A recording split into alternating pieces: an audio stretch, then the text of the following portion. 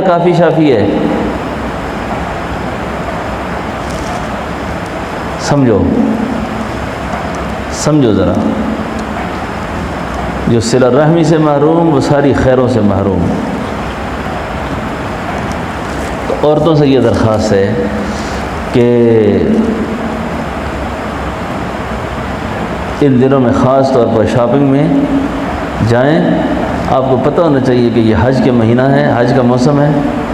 ادھر اللہ کی رحمت متوجہ ہے، گناہوں کی معافیوں کے اعلان ہو رہے ہیں، اور میں جناب خامن دفتر گیا ہوا ہے، یہ پیچھے سے بازار میں پھر رہی ہے، یہ دکانوں پہ پھر رہی ہے.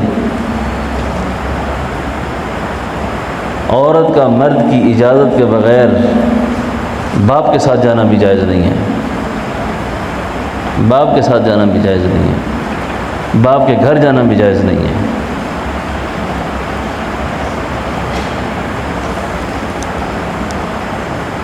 جائے کہ بازاروں میں پھریں. بہت ساری عورتوں کی عزتیں نیلام ہو جا رہی ہیں، ان کو پتہ ہی نہیں بیچاریوں کو.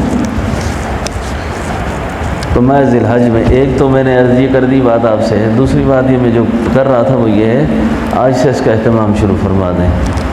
پہلے اگر نہیں کیا تو آج سے شروع کریں. اللہ تعالیٰ نے اپنے بندوں پر نا مخلوق کی اصلاح کے لیے عجیب و غریب باتیں کھولی ہیں. یہ بات میں نے بہت عرصہ پہلے ملفوظات مولانا الیاس دہلوی میں پڑھی تھی. حضرت مولانا الیاس صاحب رحمۃ اللہ علیہ کے ملفوظات میں یہ لکھا ہے کہ فجر سے پہلے، طلوع فجر سے پہلے قرآن کریم دیکھ کر پڑھنا، تھوڑا سا 1 رکوع 2 رکوع 4 جتنا پڑھ سکتے ہیں آپ، قرآن کریم دیکھ کر پڑھنا، اس سے بندے کی روحانی ترقی ذکر اذکار اعمال سے کہیں بڑھ کر ہوتی ہے. دیکھ کر پڑھیں. اچھا، مجھے یہ بات نا بہت عرصہ پہلے ہمارے حضرت نے بتائی تھی، خود بتائی تھی مجھے.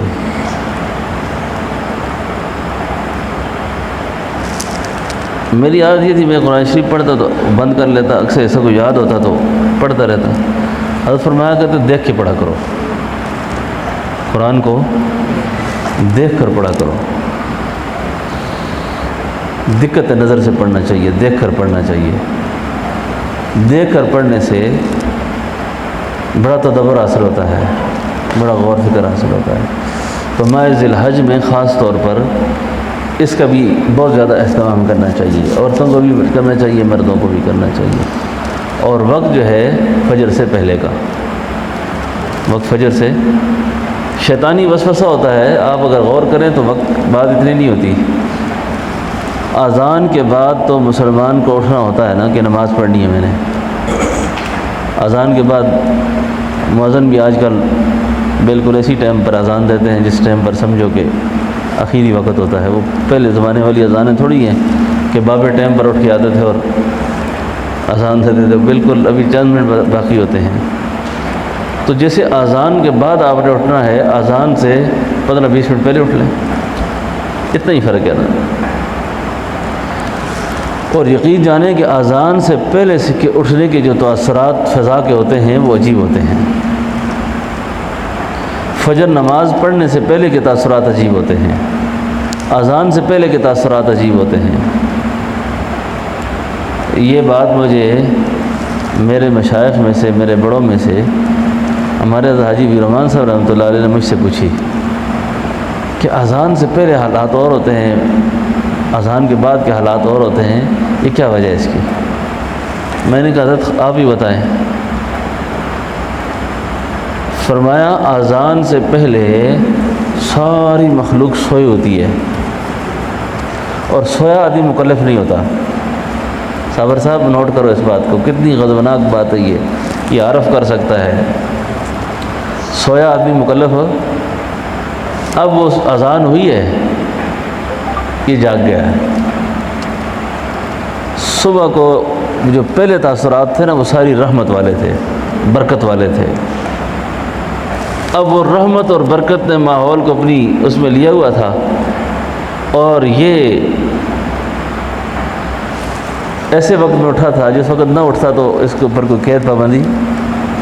اب رحمتوں کو سمیٹ رہے، یہ اگر نہیں یقین ہو تو کل صبح اٹھ کے دیکھنا کہ آدمی کو سکون ہوتا ہے، اس وقت عجیب و غریب سکون ہوتا ہے۔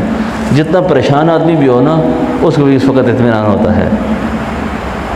جتنا تنگ آدمی بھی ہو نا، وہ اس وقت اطمینان میں چلا جاتا ہے۔ پھر میں نے عرض کیا تھا اذان کے بعد کیوں ایسا ہوتا ہے؟ فرمایا اذان کے بعد اس لیے ہوتا ہے کہ لوگ نماز کے ذریعے نہیں اٹھتے۔ اب فرض حکم متوجہ ہے، اور آپ کو پتہ ہے کہ فرض حکم متوجہ ہو اور بندہ جان بوجھ کر نہ اٹھے، بس اب فجر کی نماز ہے، فجر کی نماز جو شخص جان بوجھ کر چھوڑ دیتا ہے، جماعت میں نہیں آتا جان بوجھ کر، بھئی آپ کو پتہ یہ تو بہت بڑے کبیرہ گناہ کا ارتکاب کیا اس نے۔ اور نبی علیہ السلام نے فرمایا اس کے کان میں شیطان نے پیشاب کر دیا ہے، بھی شیطان نے پیشاب کیا ہوا ہے اس کو۔ اب آپ مجھے یہ بتائیں سکون کہاں ہوگا پھر؟ یہ الارم بھی بعض اوقات لگا دیتے ہیں نا، پاس رکھ دیتے ہیں، وہ بجتا ہے پھر بند کر دیتے ہیں، 5 منٹ بعد پھر بجتے ہیں پھر بند ہو جاتا ہے۔ اس طرح بھی نہیں، ایک تو اللہ سے توفیق مانگیں، توفیق آ گئی نا تو یہ الارم شارم کی ضرورت نہیں ہوتی، پھر وہ قدرتی الارم ہے، وہ اپنے وقت پر خود متوجہ کرتا ہے جب قدرتی الارم بجتا ہے۔ تو جب آپ کو کسی کام کی اہمیت ہوگی نا، اہمیت ہوگی، آپ نے صبح جانا ہے، ایئرپورٹ پہنچنا ہے، جہاز کا سفر ہے آپ کا، ویزا ضائع ہونے والا ہے، ٹکٹ ضائع ہوتا ہے آپ کا، آپ کو کوئی نہیں جگاتا رات کو اٹھو، آپ اٹھیں گے تو دیکھیں گے وہ ٹائم ہو گیا کہ نہیں ہو گیا، ٹائم ہوا کہ نہیں۔ اہمیت ہے نا، جب اللہ کے فرض حکم کی اہمیت پیدا ہو جائے گی تو کسی کو جگانے کی پھر ضرورت پیش نہیں آتی، ہاں وہ خود بخود اٹھ جاتا ہے آدمی۔ تاہم پھر بھی کسی کو کہہ دے بھائی مجھے اٹھا دو، الارم بھی لگا دے، تھوڑا الارم دور رکھے تاکہ اٹھ کے بند کرے، ذرا اٹھ کے بند کرنے میں نا آدمی کی کافی ساری نیند، تو کوشش کرے ذرا اور دور رکھے۔ یہ ایک تدبیر ہے، باقی توفیق اللہ کی طرف سے ہے۔ تو ایک تو قرآن کریم کی تلاوت کا معمول تمام احباب کل سے ایسے کریں، ٹھیک ہے نا انشاءاللہ۔ اور ساتھیوں میں سے بھی ایک دوسرے کو کہہ سکتے ہیں کہ بھائی مجھے موبائل پہ گھنٹی دے دیں، موبائل پہ گھنٹی دے دیں، میں اٹھ جاؤں گا تاکہ، ٹھیک ہے نا انشاءاللہ۔ تو اگر ایسا ہو کہ ایک دوسرے کو ساتھی جو قریبی تلاوت بھی یاد کرا دیں کہ تلاوت آج ہوئی ہے کہ نہیں ہوئی، تلاوت کی ہے کہ نہیں کی، دیکھ کر قرآن پڑھا ہے کہ نہیں پڑھا، ٹھیک ہے نا، تو اس کو اپنے معمول میں لے آئیں، ٹھیک ہے نا انشاءاللہ۔ تو یہ بڑی ضروری باتیں ہیں، اللہ رب العالمین ہم پر آسان فرما دے، اللہ ہم پر آسان فرما دے، ماہ ذی الحج کی برکات اللہ نصیب فرما دے، اور قربانی کی توفیق اللہ نصیب فرما دے، اپنے محسنین کی طرف سے، اپنے محسن کی طرف سے، ماں باپ کی طرف سے جو فوت ہو چکے ہوں، زندہ ہوں پھر بھی، اور ہمارے سب سے بڑے محسن، سب سے بڑے محسن نبی کریم صلی اللہ علیہ وسلم، ان کی امت پر بڑی احسانات ہیں، آپ کی طرف سے قربانی کا اہتمام بھی کرنا چاہیے،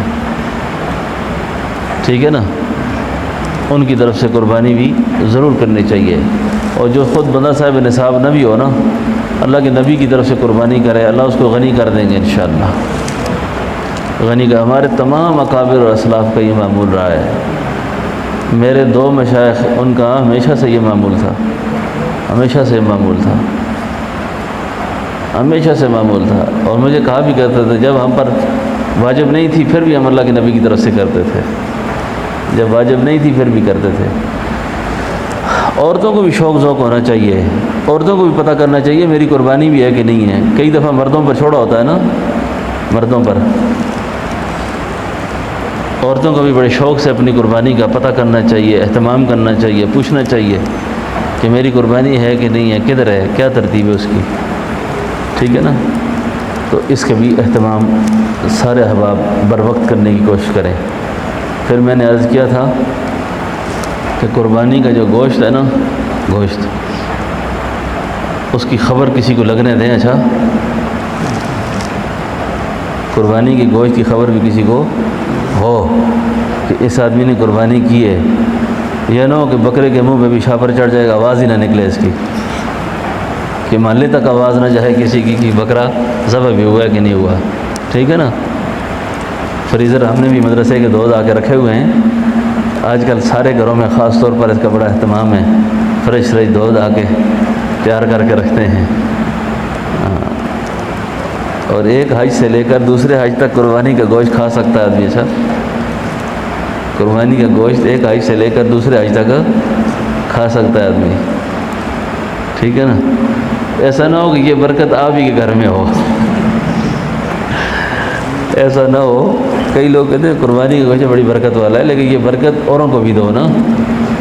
اس برکت کو صرف اپنے گھر تک ہی محدود نہ کرو. ٹھیک ہے نا. تو ہمارے جتنے ساتھی میری بات سن رہے ہیں، عورتوں سمیت، قربانی کو اس سے اچھے طریقے سے تقسیم کرو، اچھے طریقے سے. اور اباب فقراء کو نا، یہ جو دیہاتی مالوں میں ایک ہڈی ایک بوٹی گھر میں بھیج دی، اس رواج کو ختم کرو. میرا مزاج یہ ہوتا ہے جس کی قربانی ہے بے شک آپ اس کو نہ دو. ٹھیک ہے. جس کی قربانی نہیں ہے اس کو اتنا دو کم از کم ایک دن پک تو سکے نا وہ. ٹھیک ہے نا. قربانی والے دن بھی اگر آلو کھائے کوئی مسکین نہ تو بہت بڑا گناہ ہے. اچھا، اس دن بھی بیچارہ اس میں آلو ڈال کے کھائے، اس دن بھی اس میں اور گوشت اس کو کھلاؤ ایک دن میں صحیح کر کے. ٹھیک ہے نا انشاءاللہ. ہاں، مجھے 1-2 سال پہلے نا اس ہمارے محلے سے ایک آدمی نے آگے بتایا، جی عصر کے وقت ہماری طرف سے گوشت گیا. اس نے کہا جی پورے محلے سے سب نے قربانیاں کی ہیں، میرے گھر میں آپ کے گھر کے علاوہ گوشت نہیں آیا کہیں سے. اب کسی کا سر تو نہیں توڑ سکتا بھائی کیوں نہیں کو دیا تم نے گوشت اس کو.